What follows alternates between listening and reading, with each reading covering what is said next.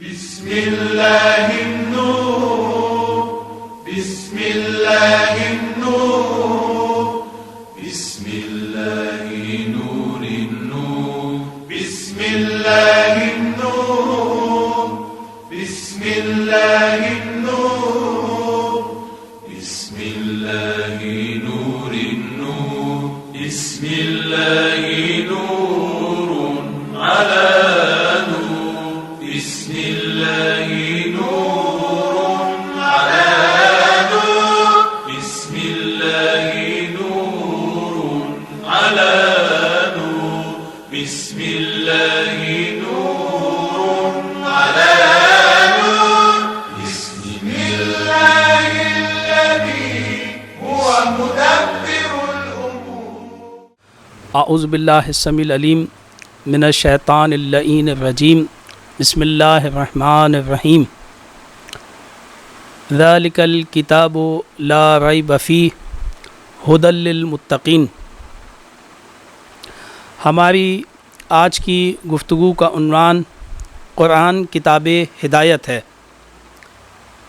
خداوند متعال نے سورہ بقرہ کی ابتدائی آیات میں آیت نمبر 2 میں ارشاد فرمایا ذالک الکتاب.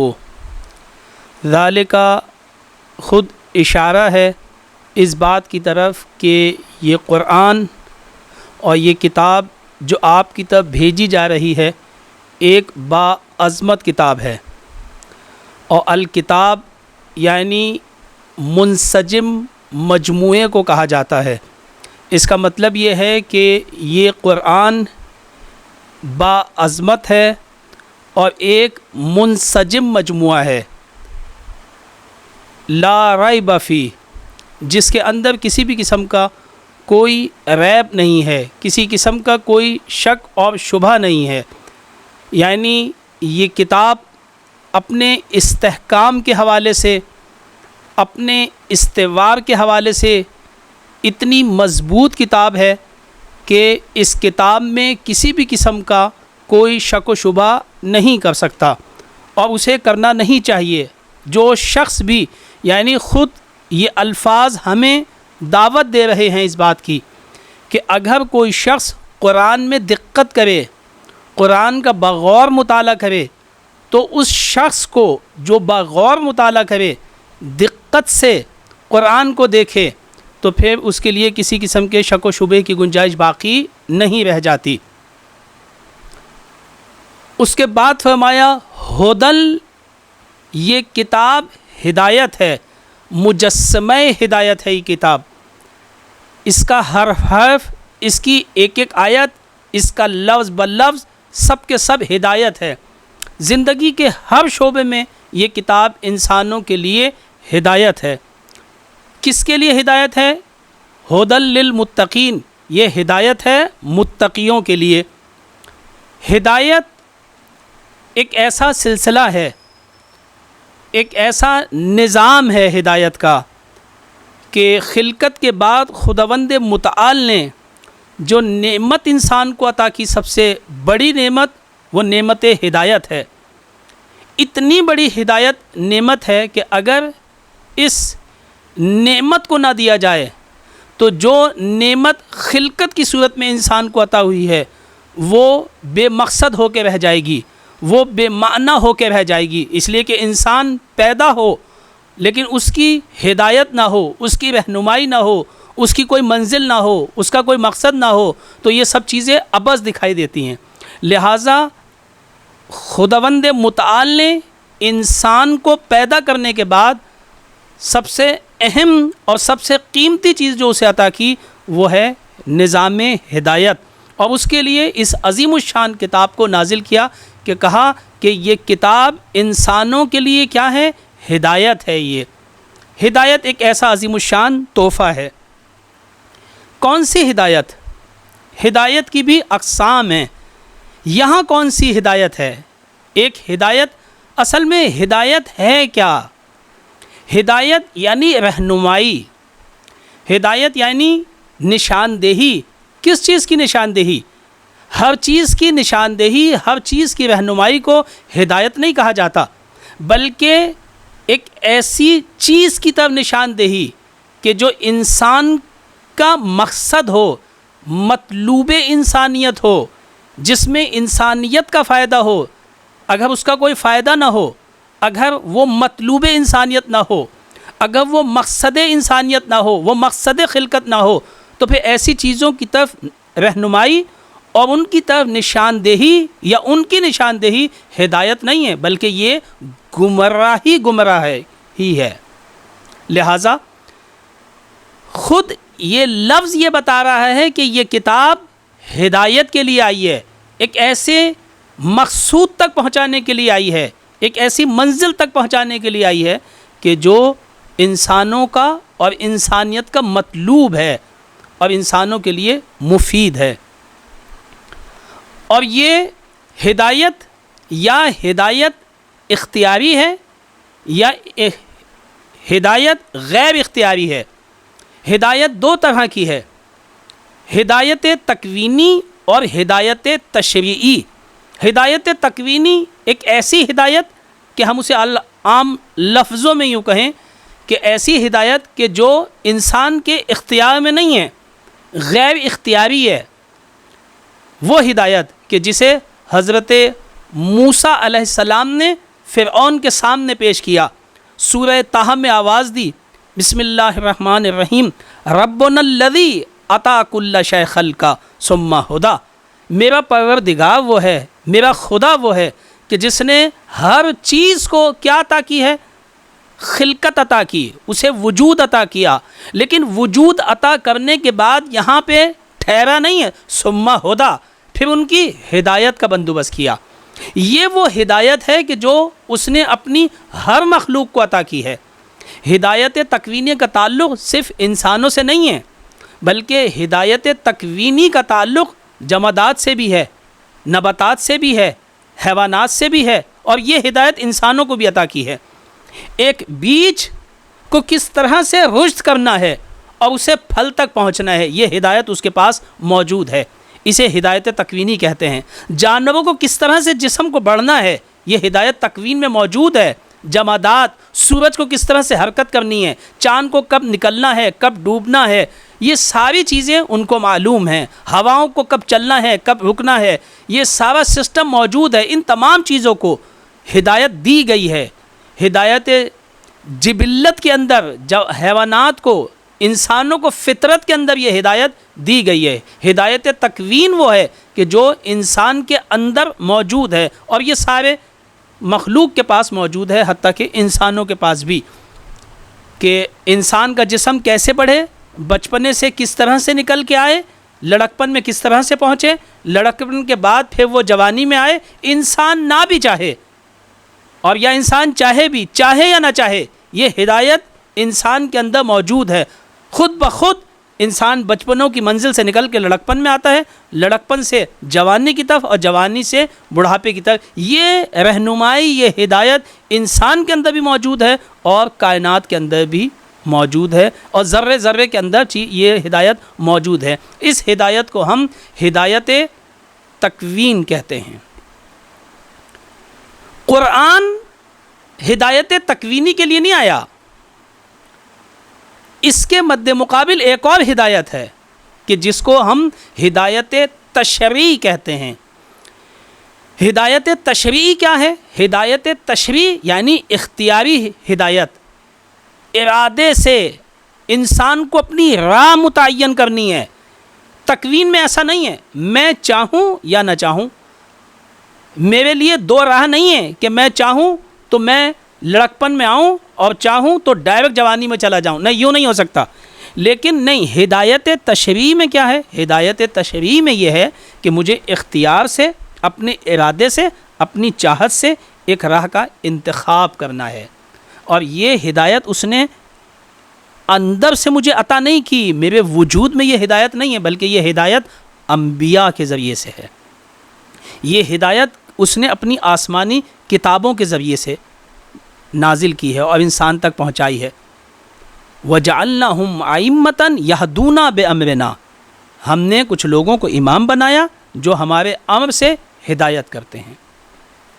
یہ ہدایت تشریعی ہے کہ جو ایک نظام، ایک سسٹم انسان کی ہدایت کی گئی، اس میں انسان کے مطلوب تک پہنچنے کے لیے کس طرح سے پہنچے گا، کس طرح سے پہنچے گا، کہاں تک انسان کو جانا ہے، کن راہوں سے جانا ہے، اور یہ کتاب ہدایت کرتی ہے۔ تو اس کے اندر ہدایت تشریع ہے، اور یہ اتنی جامع، ہم نے کہا کہ خدا نے لفظ استعمال کیا ہدن کا، کہ یہ کتاب مجسمہ ہدایت ہے۔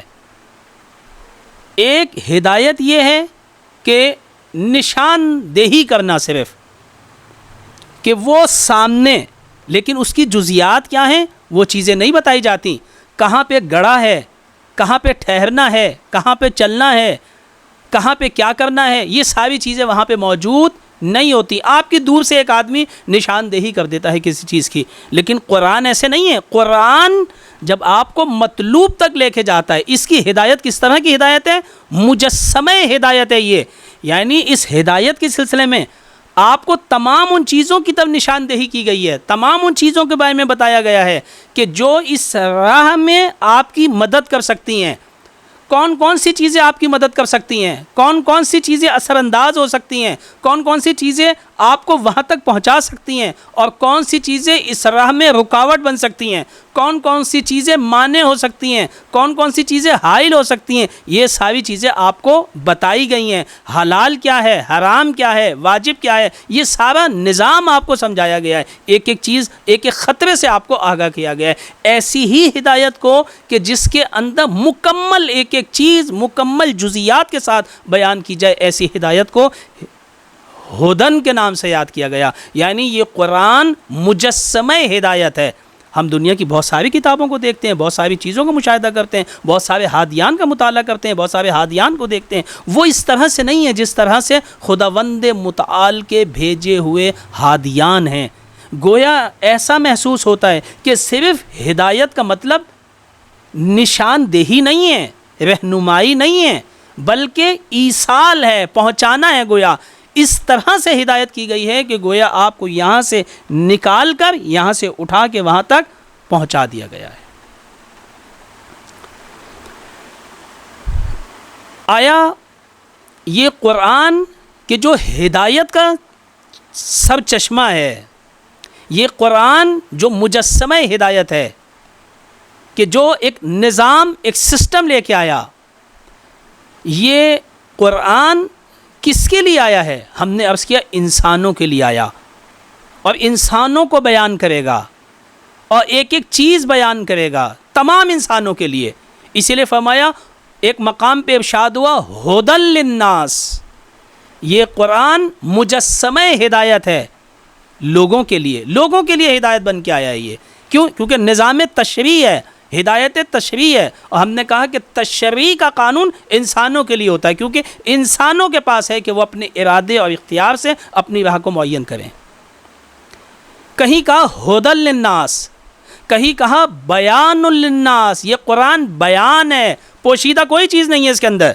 حتیٰ اتنا واضح ہے یہ، حتیٰ اتنا شفاف ہے یہ کہ فرمایا وَبَصَائِرٌ لِلنَّاسِ، روشنی ہے، گویا ایک ایک چیز کی طرف نشاندہی کی گئی۔ اسے مختلف الفاظوں سے یاد کیا گیا اس کی جامعیت کی وجہ سے۔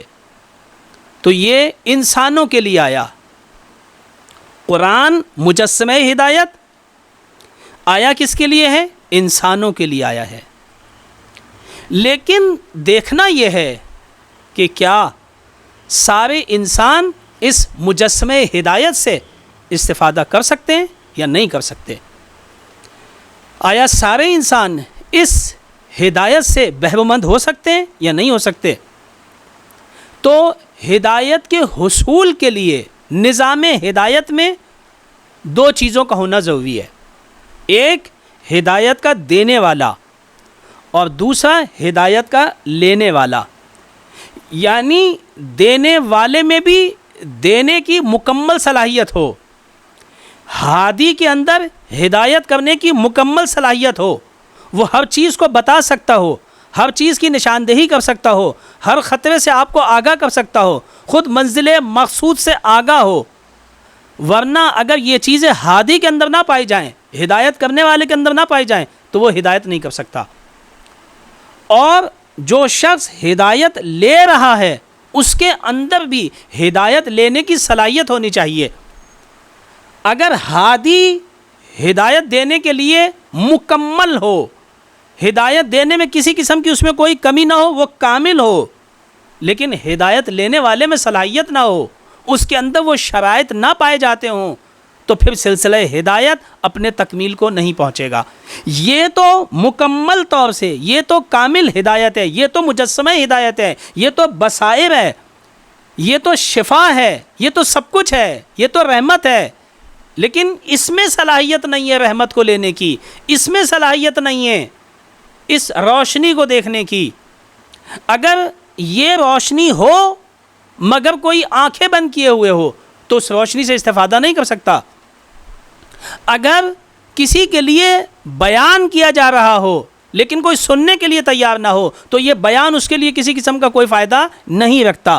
اس لیے ہادی میں صلاحیت ہے، اور ہم نے قرآن کے لیے کہا کہ قرآن کا تعارف اس طرح سے کرایا گیا تاکہ کسی بھی قسم کی کوئی شک کی گنجائش باقی نہ رہے، اور اسی لیے فوری طور پہ پہلے ہی مرحلے میں یہ بات سمجھائی ہے کہ ہادی کے بارے میں یہ نہ سوچنا کہ اس کی ہدایت میں کوئی مشکل ہے، اس کے بارے میں یہ نہ سوچنا اس کی ہدایت میں کہیں پہ کوئی نقص ہے، نہیں، ہدل یہ مجسمہ ہدایت ہے، یہ مکمل طور سے ہدایت دینے کے لیے تیار ہے، لیکن یہ ہر شخص کی ہدایت نہیں کرے گا۔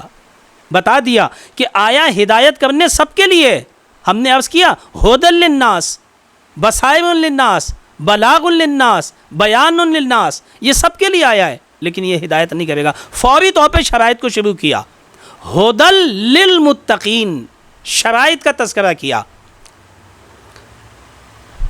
تو ہدایت لینے کے لیے شرائط ہیں، اگر وہ شرط نہ پائی جائیں تو پھر ہدایت کا سلسلہ کامل نہیں ہو سکتا۔ تو ہادی میں بھی شرائط مکمل ہونے چاہیے اور ہدایت لینے والے کے اندر بھی۔ اور ہادی کے ہم نے بتایا کہ قرآن ایک ایسی جامع اور عظیم الشان کتاب ہے کہ جس کے اندر تمام شرائط موجود ہیں، اور وہ ہر زمانے کے لیے اور تمام انسانوں کے لیے ہدایت بن کے آیا ہے۔ کوئی یہ نہ کہے کہ آج ہمارے لیے قرآن ہدایت نہیں ہے، نہیں، ہدل للناس یہ کیا ہے؟ ہدایت ہے۔ کس کے لیے؟ ناس کے لیے، لوگوں کے لیے۔ تو جب تک لوگ رہیں گے قرآن ہدایت رہے گا۔ سورہ صاد میں ارشاد فرمایا ذکر للعالمین، یہ قرآن نصیحت ہے عالمین کے لیے، کسی ایک خاص قوم کے لیے نہیں آیا، عربوں کے لیے نہیں آیا، پڑھے لکھے لوگوں کے لیے، سب کے لیے ہدایت بن کے آیا ہے، سب اس کی ہدایت سے استفادہ کر سکتے ہیں۔ یعنی دنیا کا کوئی بھی خطہ ہو، زمانی لحاظ سے یا مکانی اعتبار سے، ہر جگہ اور ہر وقت اور دنیا کے ہر خطے میں انسانوں کو قرآن کی احتیاج ہے۔ کیوں؟ اس لیے کہ وہ محتاج ہدایت ہیں، اور قرآن کی ہدایت کرتا ہے، مطلوب تک، انسانیت کی تک پہنچانا چاہتا ہے ان کو۔ کیسی انسانیت؟ کامل انسانیت تک انسانوں کو پہنچانے آیا ہے۔ تو لہٰذا جو ہدایت لینے والا ہے اس کے اندر شرائط کا ہونا بہت زیادہ ضروری ہے۔ اور وہ شرائط کیا ہیں؟ پہلے مرحلے میں کیا کہ اگر ہدایت لینے والا اب یہ چاہتا ہے کہ فلاں شخص سے، فلاں کتاب سے، فلاں شخص سے ہدایت حاصل کرے، اس سے استفادہ کرے، تو سب سے پہلی چیز یہ ہے، پہلا مرحلہ یہ ہے استفادے کا، کہ اس چیز کو پہچانتا ہو، اس کو جانتا ہو، اس کی شناخت رکھتا ہو، اس کی معرفت رکھتا ہو۔ اگر اس کی معرفت نہ رکھے، اس کی شناخت نہ کر سکے، تو پھر یہ انسان اس چیز سے استفادہ نہیں کر سکتا۔ اور یہ ہم روز مرہ اپنی زندگی میں دیکھتے ہیں، ہر چیز میں ایسے ہی ہے، دنیاوی امور ہوں، اخروی امور ہوں، مادی امور ہوں، معنوی امور ہوں، اس دنیا کے امور ہوں، آخرت کے امور ہوں، کسی بھی چیز میں اگر ہم کسی چیز کو پہچانتے نہ ہوں، ہم اس کو جانتے نہ ہوں، ہم اس کی معرفت نہ رکھتے ہوں، تو پھر ہم اس چیز سے کما حقہ استفادہ نہیں کر سکتے جس طرح سے استفادہ کرنے کا حق ہے۔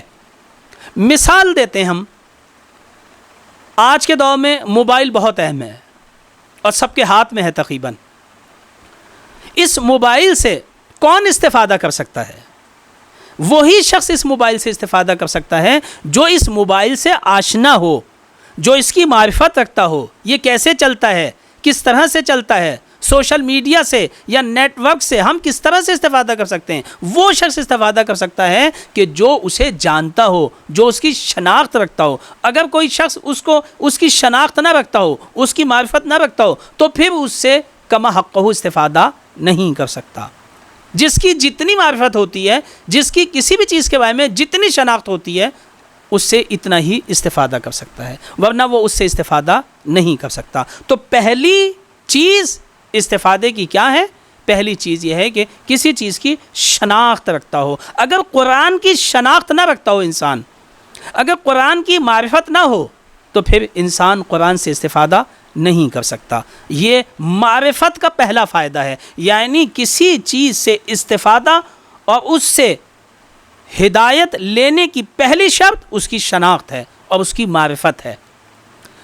اور دوسری چیز یہ کہ اگر انسان کسی چیز کی معرفت نہ رکھتا ہو، اس کی شناخت نہ رکھتا ہو، تو پھر اسے وہ مقام نہیں دے پاتا، اور جب اس چیز کو وہ مقام نہ ملے تو پھر وہ چیز اپنا وہ رول ادا نہیں کر سکتی کہ جو اسے کسی کی زندگی میں رول ادا کرنا تھا۔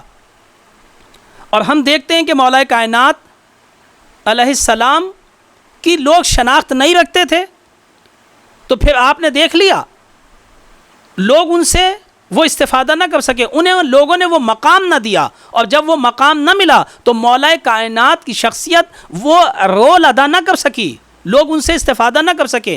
ایک وقت کا امام ہونے کے باوجود گھر کے اندر قید ہے، غربت کی زندگی، مہجوریت اسی کو کہتے ہیں کہ لوگوں کے درمیان موجود ہے لیکن لوگ اس سے استفادہ نہیں کر سکتے۔ وہ لوگوں کے درمیان ہے لیکن لوگوں کی زندگی میں نہیں ہے، لوگوں کی فکروں میں نہیں ہے، لوگوں کے کردار میں نہیں ہے۔ یہی بالکل چیز قرآن صامت کے ساتھ بھی، کہ اگر ہم قرآن کی صحیح طور پہ شناخت نہ رکھیں، جس طرح ایک امام کی شناخت نہ ہو، تو پھر ہم قرآن کو بھی وہ مقام نہیں دے سکتے۔ ہم پھر قرآن ہمارے گھروں میں ضرور ہوگا لیکن پھر ہماری زندگی میں نہیں ہوگا، پھر ہماری فکر میں نہیں ہوگا، پھر ہمارے کردار میں نہیں ہوگا، پھر ہم اس سے وہ کم حق استفادہ نہیں کر سکتے۔ ایسا نہیں ہے کہ ہوگا نہیں، ہوگا مگر ہماری زندگی میں نہیں ہوگا، ہوگا لیکن ہماری فکر میں نہیں ہوگا۔ جیسے اس دور میں مولا کائنات تھے مگر معاشرے کے اندر مولا کائنات کا نہ کردار تھا، نہ سیرت تھی، نہ فکر تھی، اور نہ وہ نظام تھا جو مولا کائنات دینا چاہتے تھے۔ لہٰذا اس کے لیے شناخت بہت زیادہ ضروری ہے، اس کے لیے معرفت کا ہونا بہت زیادہ ضروری ہے، اور پھر انسان اس کے لیے جس کی شناخت رکھتا ہو، انسان جس کی معرفت رکھتا ہے، پھر اس کے لیے قربانیاں دیتا ہے، پھر اس کے لیے وقت نکالتا ہے، پھر اس کے لیے یہ نہیں دیکھتا کہ وہ مصروف ہے، بلکہ اس کی ساری مصروفیت وہی ہوتی ہے کیونکہ وہ اسے اس چیز کے اندر اپنا کمال سمجھتا ہے۔ اگر ہم نے قرآن کی صحیح معرفت حاصل نہ کی اور اسے اپنا کمال نہ سمجھا تو پھر ہم اس کے لیے وقت نہیں دے سکتے، پھر ہم مصروف ہوں گے، پھر ہمارے پاس قرآن کے لیے ٹائم نہیں ہوگا، پھر ہم اس کی طرف تمایل نہیں رکھیں گے، اس لیے کہ ہمیں اس کی شناخت جو نہیں ہے۔ ورنہ ہم اپنی زندگی میں دیکھتے ہیں، ہم اپنے دوسرے علوم، ہم پی ایچ ڈی کرنے کبھی اس ملک میں جا رہے ہیں، کبھی اس ملک میں جاتے ہیں، کبھی اپنا سارا ٹائم یونیورسٹیوں میں لگاتے ہیں، کبھی کالجز میں لگاتے ہیں، کبھی فلاں جگہ جاتے ہیں، پورا خرچ کر دیتے ہیں، سب کچھ کرتے ہیں، وقت بھی دیتے ہیں، پیسہ بھی لگاتے ہیں، جان بھی لگاتے ہیں، ساری چیزیں لگا دیتے ہیں۔ کیوں؟ اس لیے کہ ہم اس میں اپنا کمال سمجھتے ہیں۔ آیا قرآن کو ہم اسی طرح سمجھتے ہیں؟ جب ہم قرآن کو اس طرح نہیں سمجھتے تو پھر ہم قرآن فہمی میں وقت لگانے کو اپنے وقت کا زیان سمجھتے ہیں، اور ہم یہ سمجھتے ہیں کہ شاید اب ہمارے پاس ٹائم نہیں ہے، ہماری تو مصروفیت دوسری ہے۔ کیوں؟ اس لیے کہ ہمیں اس کی صحیح طور پہ شناخت نہیں ہے۔ آخر یہ دوسری چیزوں کو ہم کیوں نہیں کہتے؟ اس لیے کہ ہمیں ان کی شناخت ہے، ہم اپنی کامیابی اس میں دیکھتے ہیں، ہم اپنی فلاح اس میں دیکھتے ہیں، ہم اپنی نجات اس میں دیکھتے ہیں، ہم اپنا کمال اس میں دیکھتے ہیں۔ لیکن اگر کسی چیز کی شناخت صحیح نہ ہو تو پھر انسان اس کی طرف نہ تمایل کر پاتا ہے اور نہ اس کے لیے قربانی دے پاتا ہے۔ لہٰذا یہ مراحل ہیں کہ شناخت اور معرفت بہت اہم عنصر ہے کسی چیز سے استفادہ کرنے کے لیے۔ قرآن نے کیا کہا؟ قرآن نے اگلے مرحلے کی طرف نشاندہی کی۔ قرآن نے کہا سنو، یہ قرآن مجسمہ ہدایت ہے لیکن ہر ایک کے لیے نہیں، للمتقین، سب استفادہ نہیں کریں گے، متقین اس سے استفادہ کر پائیں گے، صاحبان تقوی۔ یہ کون لوگ ہیں؟ یہ متقین کون لوگ ہیں؟ یہ پرہیزگار کون لوگ ہیں؟ آیا ضرور ہے سب کے لیے، ہم نے عرض کیا ھدی للناس، یہ تو سب کے لیے آیا ہے، لیکن اس سے سب استفادہ نہیں کریں گے، اس سے متقین استفادہ کریں گے۔ جیسے ایک اور مقام پہ ارشاد فرمایا وَنُنَزِّلُ مِنَ الْقُرْآنِ مَا هُوَ شِفَاءٌ وَرَحْمَةٌ لِّلْمُؤْمِنِينَ، لِلْمُؤْمِنِينَ، یہ مومنین کے لیے شفا ہے، یہ رحمت ہے، مومنین کے لیے ہے، وہ اس سے کسب رحمت کر سکیں گے، وہ اس سے کسب شفا کر سکیں گے، وہ اس سے ہدایت لے سکیں گے۔ اور یہ کون ہے صاحبان تقوی؟ یہ کون لوگ ہیں؟ یہ وہی لوگ ہیں، متقین کون لوگ ہیں کہ جو قرآن کے بارے میں کسی قسم کا شک و شبہ نہیں رکھتے، وہ یقین رکھتے ہیں قرآن کی ہدایت کے سلسلے میں، وہ اس بات پہ یقین رکھتے ہیں کہ یہ قرآن انہیں کمال تک پہنچا دے گا، وہ یقین رکھتے ہیں کہ انہیں مطلوب تک یہ قرآن پہنچانے والا ہے، وہ قرآن کو قصہ نہیں سمجھتے، وہ قرآن کو قدیم زمانوں کی باتیں نہیں سمجھتے۔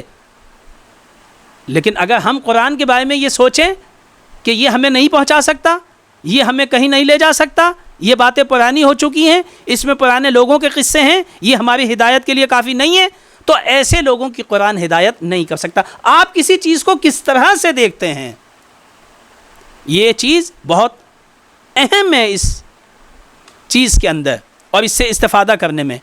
قرآن نے اسی لیے کہا ھدی للمتقین، یہ متقیوں کے لیے ہدایت ہے۔ پہلے کہا کہ لا ریب فی، اس میں ریب نامی کوئی چیز نہیں ہے۔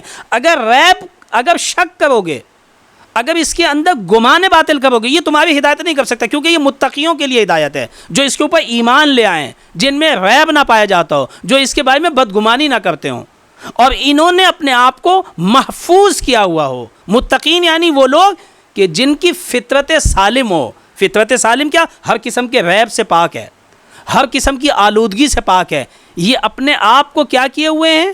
محفوظ کیے ہوئے ہیں، آلودہ نہیں ہیں، یہ محفوظ ہیں۔ جیسا کہ ایک مقام پہ فرمایا سورہ شمس کے اندر جو آواز دی، اتنی قسم خداوند متعال نے فرمایا کہ والشمس وضحاها والقمر اذا تلاها والنهار اذا جلاها والليل اذا يغشاها والسماء وما بناها والارض وما طحاها والنفس وما سواها فالهمها فجورها وتقواها قد افلح من زكاها۔ فلاح کس کی ہے؟ ہر ایک کی نہیں، من زکاها، جس نے اس نفس کو، جس کے اوپر الہام کی گئی ساری چیزیں، اس نفس کا کیا کیا؟ تزکیہ کیا، اسے محفوظ رکھا آلودگیوں سے۔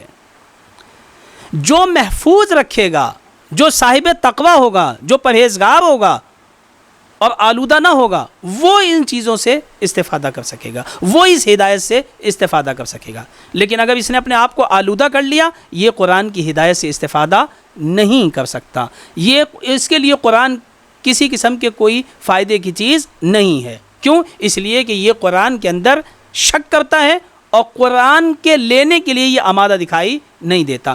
اسی لیے پھر جو صفات بیان کی آگے کہ یہ متقین کون ہیں؟ الذین یؤمنون بالغیب ویقیمون الصلاۃ ویقیمون الصلاۃ، یہ نماز پڑھتے ہیں، غیب پہ ایمان لاتے ہیں، نماز کو قائم کرتے ہیں، وَمِمَّا رَزَقْنَاهُمْ يُنْفِقُونَ، اور جو کچھ ہم نے عطا کیا ہے اس میں سے خرچ کرتے ہیں، انفاق کرتے ہیں۔ اور پھر جب یہ ساری چیزیں بتائیں پیغمبر کو، تو پھر پیغمبر کو دوسرے لوگوں کے بارے میں بتایا، قرآن سے یہ لوگ استفادہ کریں گے، کیوں؟ یہ فلاح پانے والے ہیں، یہ سب کچھ ہیں، اولئک علی ھدی من ربہم واولئک ھم المفلحون۔ ان سارے لوگوں کی صفت بتا کے کہتا ہے یہی ہدایت پہ ہیں، یہی فلاح پانے والے ہیں۔ اور پھر دوسرے لوگوں کا چہرہ دکھایا کہ جو قرآن سے استفادہ نہیں کر سکتے، پیغمبر کو فرمایا اانذرتہم ام لم تنذرہم لا یؤمنون، سورہ بقرہ کی 6 آیت میں، اانذرتہم ام لم تنذرہم لا یؤمنون، ختم اللہ علی قلوبہم وعلی سمعہم وعلی ابصارہم